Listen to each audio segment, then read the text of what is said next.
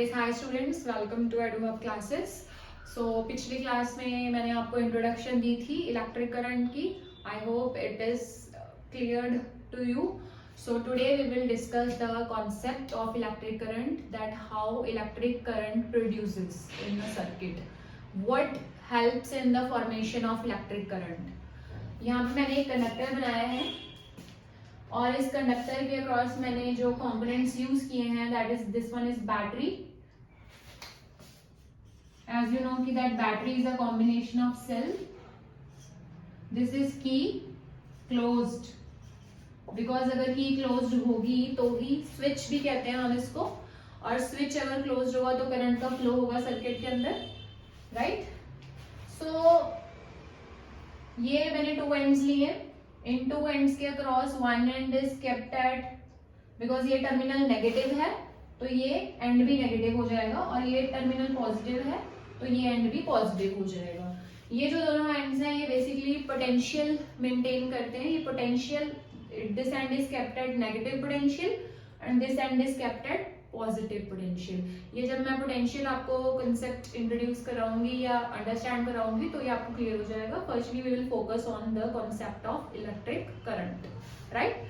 So let's say circuit के अंदर हमने प्रॉपर एक सर्किट बना दिया है, ठीक है? ये वायर्स है और अब हम पढ़ेंगे कि करंट बनता कैसे है, ठीक है? जैसे ही आप किसी भी सर्किट में स्विच ऑन करोगे तो यहां से नेगेटिव एंड से, because this end is kept at negative potential, so यहां से कुछ इलेक्ट्रॉन्स, मैंने आपको उस दिन बताया था कि जो इलेक्ट्रॉन्स होते हैं, electrons are the negative charges.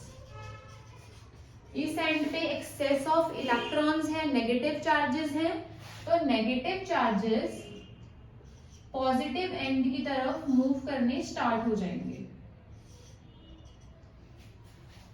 आपको पता है unlike charges attract each other, तो ये नेगेटिव चार्जेस पॉजिटिव एंड की तरफ मूव करने स्टार्ट हो जाएंगे। जैसे ही ये इलेक्ट्रॉन्स मूव किए, इलेक्ट्रॉन्स का फ्लो हुआ, more and more electrons will start depositing at this and. अब ऐसा तो नहीं है कि यहाँ पे ही सारे चार्जेस एक्यूमुलेट हो जाएंगे, क्योंकि ओवरऑल तो चार्जेस हमें न्यूट्रल रखने हैं, right?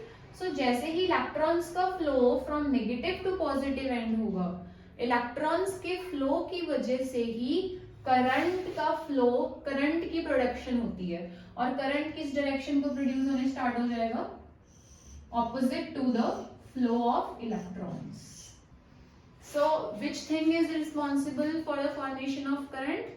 Ordered flow of electric charges will constitute current. Where there is a flow of electrons, there will be flow of current. और जो करंट है, जो डायरेक्शन ली जाती है करंट की, वो ली जाती है from positive to negative, fine? Current की direction, current will flow from positive terminal to negative terminal.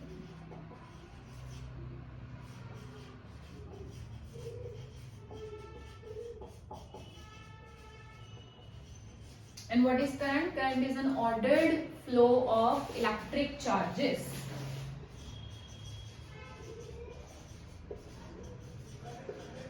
Ordered flow of electric charges, ठीक है? सो करंट कैसे बना वो मैंने आपको बता दिया। अब आगे आता है कि how we will define current.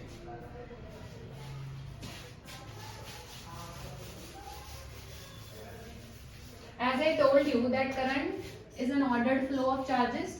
Number of charges flowing through a circuit in a given time will constitute an electric current. So current is denoted by I. Symbol of current is I, which is equals to rate of flow of charges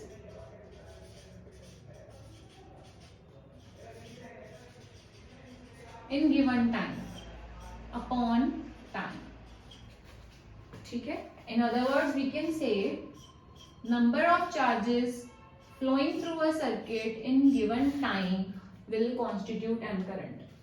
Q is a symbol for charges, T is a symbol for time.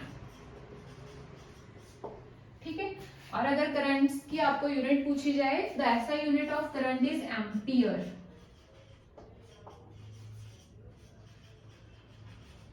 Ampere.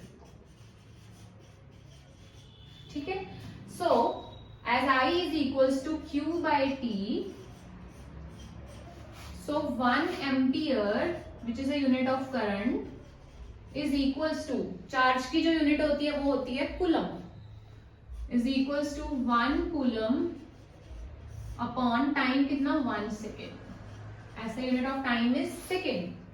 So 1 ampere is equals to 1 coulomb per second. I hope this is clear to you. 1 ampere is equals to 1 coulomb per second.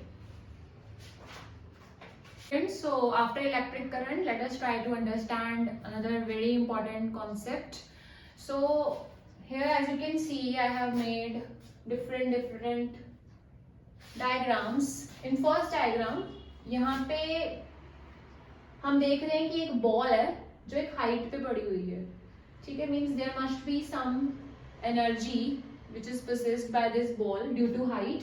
And what is that energy? Gravitational potential energy. Because gravity भी इसके ऊपर force लगा रही है और gravity के against जो इसको हाइट पे एनर्जी इसके अंदर होनी चाहिए, that is gravitational potential energy. ये हायर ग्रेविटेशनल पोटेंशियल पे पड़ी है. अब सपोज इस बॉल को नीचे आना है, इस स्लैंटिंग सरफेस से इस बॉल को नीचे आना है. सो in this case the ball is moving from higher gravitational potential to the lower gravitational potential, right? इसको कुछ ना कुछ वर्क करना पड़ेगा बॉल को अगर इसको यहाँ से इस पोजीशन में आना है. हम देख रहे हैं कि जो सरफेस है वो स्लैंटिंग है. स्लैंटिंग सरफेस से इजीली बॉल नीचे आ जाती है और जो ये बॉल है वो हायर पोटेंशियल से, हायर ग्रेविटेशनल पोटेंशियल से लोअर की तरफ आ रही है. ठीक है, और ये इजीली मूव भी कर जाएगी बिकॉज यहाँ पे हम देख रहे हैं कि हाइट डिफरेंस है.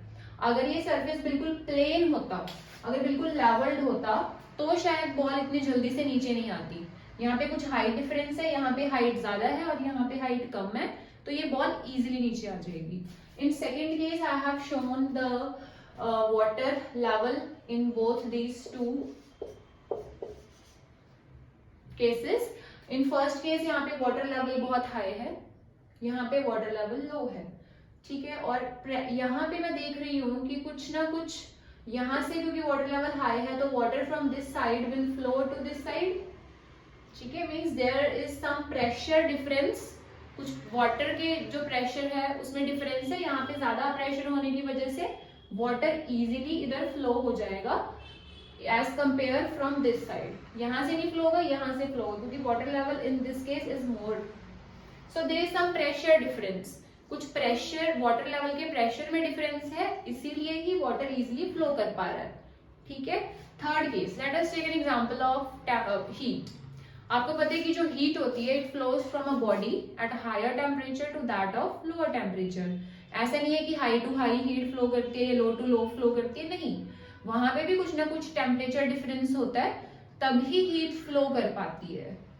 सो स्टूडेंट्स, क्या आपको लगता है कि चार्जेस ऐसे इजीली फ्लो कर जाते हैं एक एंड से दूसरे एंड तक? आपको लगता है कि कुछ इलेक्ट्रिक प्रेशर डिफरेंस होता होगा चार्जेस में जिस वजह से वो एक पॉइंट से दूसरे पॉइंट तक फ्लो करते हैं, है ना? क्योंकि यहाँ पे वर्क हो रहा है against the height difference.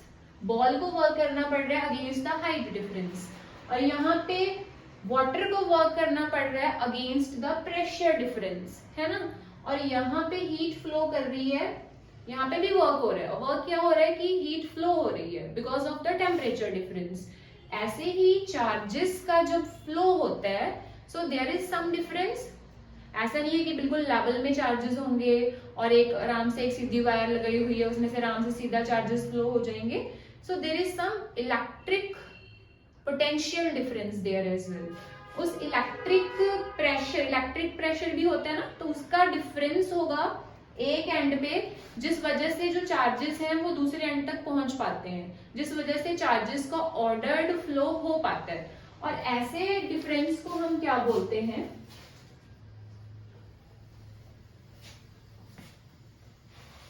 Electric pressure difference को हम बोलते हैं potential difference. We call it potential difference. When there is an ordered flow of charges, if we want to flow the charges from one end to another, then there is some potential difference. We call it potential difference.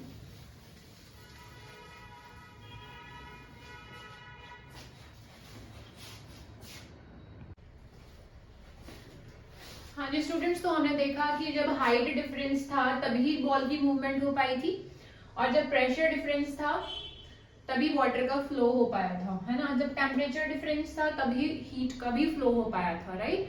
तो ऐसे ही कुछ जो potential difference है वो भी कुछ height, pressure और temperature की तरह ही है, राइट. उसमें क्या होता है कि चार्जेस का फ्लो कराना होता है, और इसमें भी अगर चार्जेस में कुछ इलेक्ट्रिक प्रेशर डिफरेंस होगा तभी चार्जेस फ्लो करेंगे, और कुछ ना कुछ वर्क करना पड़ेगा इसके अगेंस्ट भी, राइट. सो जब हम पोटेंशियल डिफरेंस बोलते हैं, पोटेंशियल डिफरेंस इज व्हाट, आपको पता लग गया यहाँ से एक चीज कि चार्जेस इजीली फ्लो नहीं करते. There should be some electric pressure difference. As we discussed in all the three cases, charges में भी कुछ इलेक्ट्रिक प्रेशर डिफरेंस होता है, तभी चार्जेस का फ्लो होता है from one end to the another end, and that we call as potential difference. So suppose मुझे चार्ज, किसी भी चार्ज को इन्फिनिटी से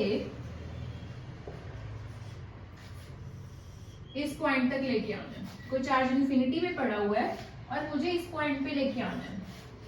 यहाँ पे कुछ पोटेंशियल डिफरेंस होगा ऑब्वियसली, तभी चार्ज फिर फ्लो करेंगे, और हमें कुछ वर्क भी करना पड़ेगा, बिकॉज जो चार्जेस होते हैं वो भी फोर्स लगाते हैं, और उस फोर्स के अगेंस्ट हमें वर्क करना पड़ेगा.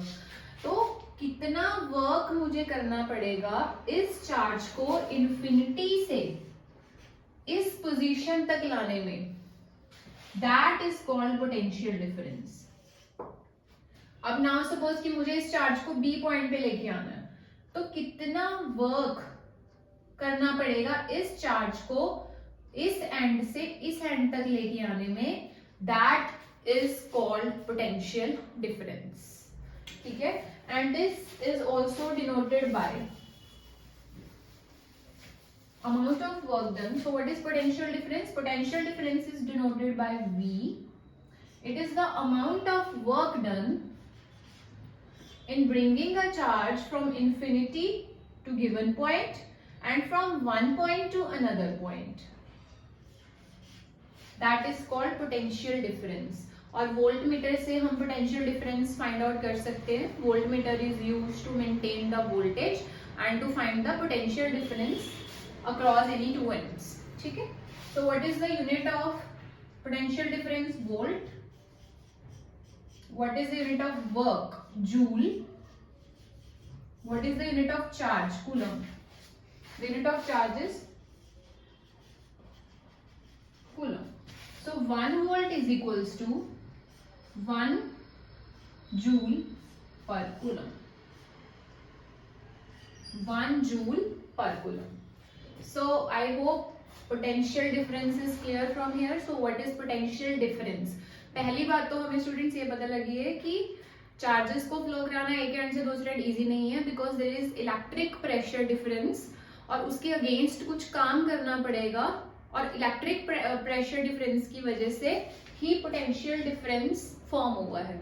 और पोटेंशियल डिफरेंस का मतलब क्या है कि हमें कितना काम करना पड़ेगा किसी भी चार्ज को वन पॉइंट से दूसरे पॉइंट तक मूव करने में. That is denoted by this, expressed by this expression. So which says that it is the amount of work done, it is the ratio of work done to the charge. And what is the device which is used to find the potential difference? Voltmeter. And voltmeter is always connected in parallel. किसी भी circuit में voltmeter हमेशा parallel में ही connect होता है, क्योंकि अगर current है तो वोल्टेज भी होगी. वोल्टेज किसी भी करंट को स्टेबलाइज करती है, और वोल्टेज किसकी हेल्प से मेजर होती है? With the help of volt meter. और अगर मैं करंट की बात करूं, करंट किसकी हेल्प से मेजर होता है? Ammeter. Ammeter is used to find the magnitude or measure the amount of current. And ammeter is always connected in series. Circuit में series में ही connect होता है. So I hope this is clear to you. और इसके अलावा students कुछ electrical components की बात करते हैं हम कि what are the different electrical components, उनके symbols क्या होते हैं. Next we will discuss that.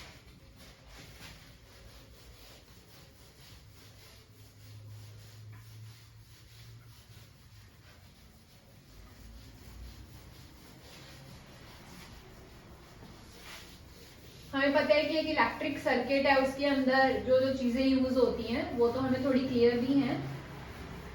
अभी हम सिंबल करेंगे. फर्स्ट इज मेन सिंबल, ये आप अपनी प्रीवियस क्लासेस में भी करके आए हो. Cell. Symbol of cell is one positive terminal is connected with the negative. In this way a cell is formed. Then battery. Battery is a combination of cells. When number of cells combine, they will form a battery.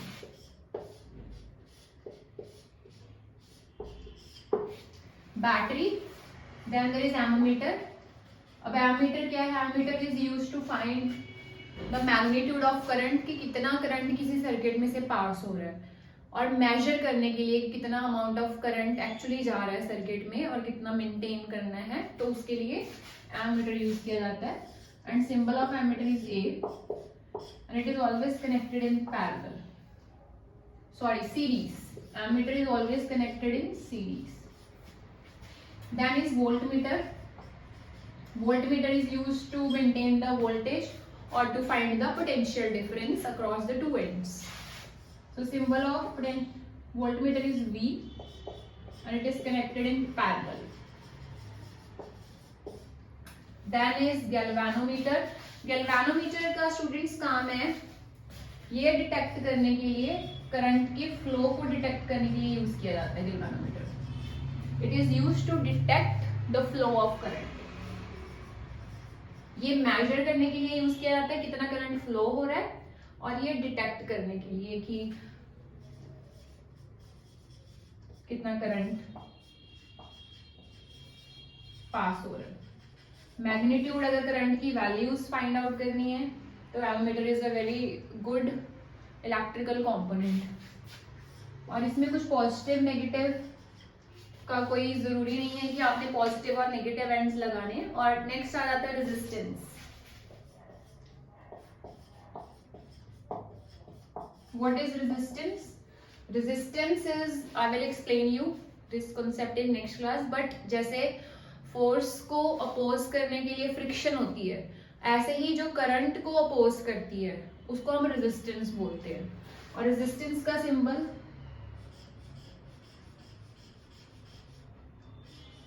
Is this. Next is open switch. Open switch वो है जिसमें से current pass नहीं करेगा, और open की भी बोल सकते हैं हम इसको. Next is closed switch. Closed की और स्विच. क्लोज्ड है क्योंकि, सो हम इसका सिंबल ऐसे बना देंगे. Fine. One more, bulb.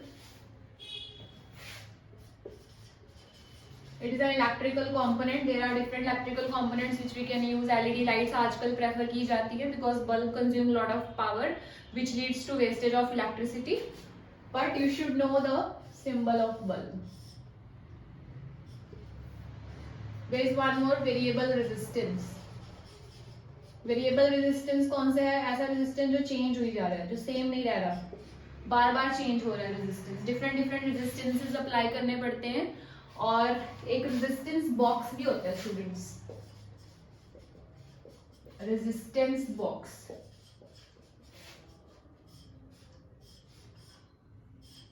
Resistance box.